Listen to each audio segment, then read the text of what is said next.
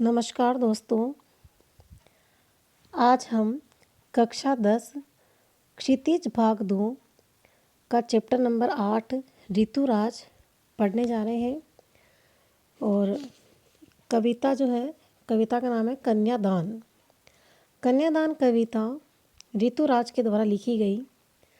कवि ऋतुराज ये राजस्थान में भरतपुर के अंदर इनका जन्म हुआ था। और इन्होंने जो कविताएं लिखी थी वो कविताएं समाज में जो व्यवहारिक उपेक्षित जो अनुभव होते हैं उन्हीं अनुभवों को उन्होंने चुनौतियां मानकर उन्होंने इसको चर्चा के अंदर एक स्थान दिलाया। और सामाजिक जीवन में जो व्यवहारिक अनुभव होते हैं उन अनुभवों के ऊपर एक सच्चाई के साथ उन्होंने शब्दों को उकेरा है। उन्हीं में से एक कविता है कन्यादान। बच्चों, कन्यादान कविता इस कविता का पहले मुख्य सार आपको मैं बता देती हूँ। कन्यादान में क्या होता है कि एक माँ अपनी बेटी के विवाह के अवसर पर उसे एक सीख देती है और उसे एक आदर्श परंपरा से भिन्न शिक्षा देते हुए कहती है कि समाज में स्त्रियों का जो आचरण है उसका मानक बनाए रखने के लिए उसे क्या करना पड़ेगा कि उसे अपना एक आदर्श दिखाना होगा। तो समाज में क्या माना गया, स्त्रियों को कोमल माना गया है और उसे कोमल बताकर वह पुरुष के समान शक्तिशाली नहीं बल्कि उसको कमज़ोर बताया गया है।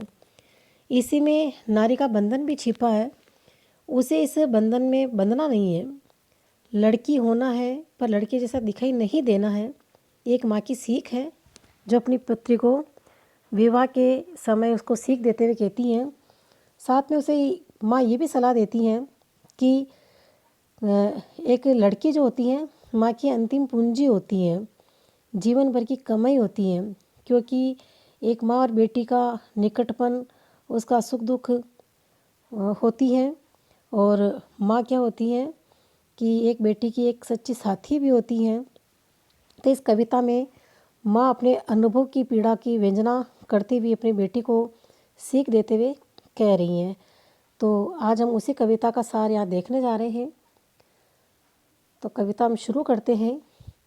कितना प्रामाणिक था उसका दुख, लड़की को दान में देते वक्त, जैसे वही उसकी अंतिम पूंजी हो। लड़की अभी सयानी नहीं थी, अभी इतनी भोली सरल थी कि उसे सुख का आभास तो होता था लेकिन दुख बाँचना नहीं आता था। पाठिका थी वह धुंधले प्रकाश की, कुछ तुकों और कुछ लयबद्ध पंक्तियों की। तो बच्चों, इन लाइनों को पढ़ने के बाद थोड़े मैं इनके शब्दार्थ बताना चाहूँगी। प्रामाणिक, प्रामाणिक का अर्थ होता है बच्चों कि वास्तविक। प्रामाणिक का मतलब क्या होता है, यह प्रामाणिक है। प्रामाणिक का अर्थ हम किससे लेंगे, वास्तविक से लेंगे। प्रामाणिक यानी वास्तविक। फिर आया इसमें दान। दान का मतलब किससे लेंगे, दान का मतलब यहाँ कन्यादान से लेंगे।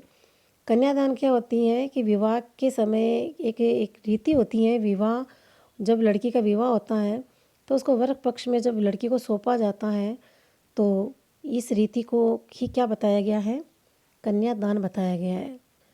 फिर देखिए बच्चों, थर्ड लाइन में आया है पूंजी। पूंजी का मतलब होता है धन, पूंजी का मतलब धन होता है। फिर आया सयानी। सयानी का मतलब होता है समझदार।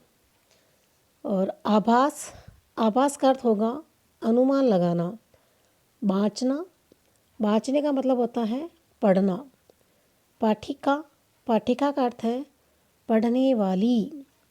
धुंधले, धुंधले का अर्थ है बच्चों अस्पष्ट। लयबद्ध, लयबद्ध का मतलब होता है कि लय में बंधी हुई या बिल्कुल स्पष्ट, इसका अर्थ होता है। तो व्याख्या करने से पहले मैं इसका थोड़ा प्रसंग भी बताना चाहूँगी कि अगर आपको प्रसंग के लिए व्याख्या दी जाती है तो आप इसको प्रसंग में ऐसे लिख सकते हो कि प्रस्तुत काव्यांश हमारी पाठ्य पुस्तक ऋतुराज की कविता कन्यादान से लिया गया है। इस अंश में कवि का नाम है ऋतुराज तथा कवि ने क्या बताया इसमें कि एक नवविवाहित जो लड़की होती है वह सरल स्वभाव की होती है और उसे जीवन की वास्तविकता से वो कोई परिचित नहीं होती हैं, उसी का वर्णन करते हैं कवि ऋतुराज। कह रहे हैं, कितना प्रामाणिक था उसका दुख, लड़की को दान में देते वक्त जैसे वही उसकी अंतिम पूंजी हो। यहाँ पर क्या बताया जा रहा है कि लड़की अभी इतनी समझदार नहीं थी, उसी के बारे में बताया गया है। कितना प्रामाणिक था उसका दुख, लड़की को दान में देते वक्त जैसे वही उसकी अंतिम पूंजी हो। यानी कन्यादान के समय एक लड़की की माँ का दुख कितना होता है, कितना वास्तविक होता है, उसी के बारे में बताया है। लड़की को दान में देते वक्त जैसे वही उसकी अंतिम पूंजी हो। एक लड़की को जब कन्यादान किया जाता है, उस समय एक माँ की वास्तविक स्थिति ऐसी होती है कि बहुत दुखी होती हैं, और वही मानो उसकी क्या है, जीवन भर की कमाई होती है, और अपनी जीवन की सारी पूंजी आज वो किसी और को सौंपने जा रही है। लड़की अभी सयानी नहीं थी, लड़की अभी इतनी समझदार नहीं थी, अभी इतनी भोली सरल थी। अभी तो उसका जीवन शुरू हुआ ही था, उसे जीवन की ऊंच नीच का इतना पता नहीं था, जीवन की वास्तविकता को सब कोई पता नहीं था, सांसारिक ज्ञान उसको नहीं था। अर्थात अभी तो उसका स्वभाव कैसा था, बिल्कुल भोला भाला था, सरल था, कि उसे सुख का आभास तो होता था लेकिन दुख बाँचना नहीं आता था। ऐसे वास्तव में जब लड़की सयानी नहीं होती है, समझदार नहीं होती है, तो उसे केवल क्या पता था, उसे केवल ये पता था कि वैवाहिक जीवन के सुखों की एक स्पष्ट तस्वीर तो उसको नज़र आती थी, लेकिन उसे जीवन के वास्तविक समस्याओं का उसे कोई भी ज्ञान नहीं था। पाठिका थी वे धुंधले प्रकाश की, और वह कम आयु की होने के कारण वास्तव में किसके समान थी, वास्तव में वो एक धुंधले प्रकाश के समान थी, कि जैसे धुंधले प्रकाश में पढ़ी जाने वाली कविता जो होती है उसको नहीं पढ़ी जा सकती है, धुंधले प्रकाश में कुछ नज़र नहीं आता है, उसे कम साफ सुथरी नज़र होती है उस कविता की। तो उसी भांति उस अभी वो क्या थी, वो वास्तविक जीवन को पढ़ने में वो भी कैसी थी, ना समझ थी। कुछ तुकों और कुछ लयबद्ध पंक्तियों की, यानी जिसके तुक और लय में बंधी हुई जो सुखद पंक्तियाँ हैं, वो उसी को पढ़ पा रही थी, कि जीवन के सुख को तो समझ पा रही थी, लेकिन अभी जीवन का जो सुखमय पक्ष का तो उसे अनुभव था, लेकिन जीवन में आने वाली समस्याओं का उसे कोई भी ज्ञान नहीं था। माँ ने कहा, पानी में झांक कर अपने चेहरे पर मत रीझना। अब एक माँ क्या करती है, माँ अपनी विवाहित बेटी को आगामी जीवन के लिए उपयोगी सीख देते हुए कह रही हैं कि हे पुत्री, कि ससुराल में अपनी सुंदरता पर इतनी मुग्ध मत हो जाना। यह केवल अपनी सुंदरता की कोई अगर प्रसन्नता कर दे या प्रशंसा कर दे, अब इसकी सुंदरता की कोई प्रशंसा कर दे, तो उसके ऊपर तुम्हें इतना प्रसन्न नहीं होना है, क्योंकि ये सुंदरता क्या होती है, किसी को तो ये प्रसन्न करेगी और किसी को ये क्या कर देगी, किसी की ईर्ष्या का कारण भी बनेगी।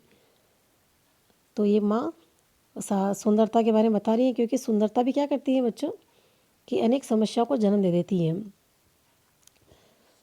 आग रोटियां सेकने के लिए है, जलने के लिए नहीं। माँ कहती है कि बेटा, पुत्री, आग केवल जो है रोटी सेकने के लिए होती है।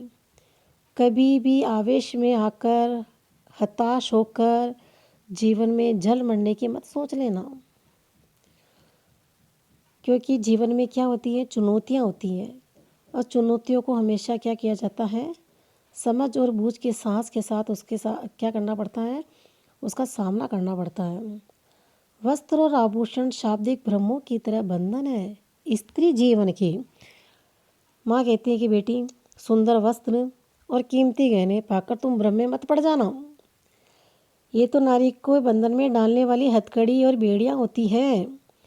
ये उसकी व्यक्तित्व को समाप्त करके उसके प्रति मधुर षड्यंत्र होते हैं, और एक स्त्री को माया जाल में फंसाने का काम करते हैं।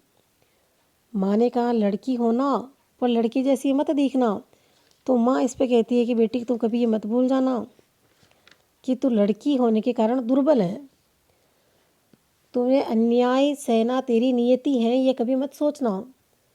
तुम्हें क्या बनना है? लड़की जैसी दिखना है, लेकिन तुम्हें लड़की जैसे कमज़ोर नहीं बनना है। तुम्हें जीवन में सहनशील बनना है, स्वाभिमान को कभी तुम्हें नहीं भूलना है, और जीवन में तुम्हें हमेशा आने वाली समस्याओं का सामना करना है। तो बच्चों, कन्यादान पाठ की आपकी व्याख्या हुई, और इस पाठ में और भी कुछ जैसे कि कोई कठिन शब्दार्थ वगैरह हैं तो वो मैंने आपको सब बता दिए हैं। और इस पाठ के अंदर अगर विशेष है तो उसको देख लेते हैं कि इसमें शब्द शक्ति जो है, लक्षण शब्द शक्ति का इसमें प्रयोग हुआ है।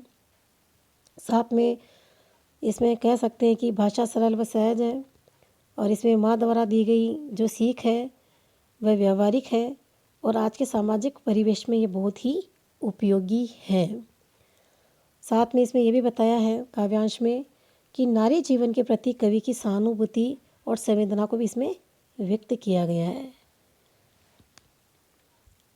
पाठ मैं यहाँ पर समाप्त करना चाहूँगी। धन्यवाद।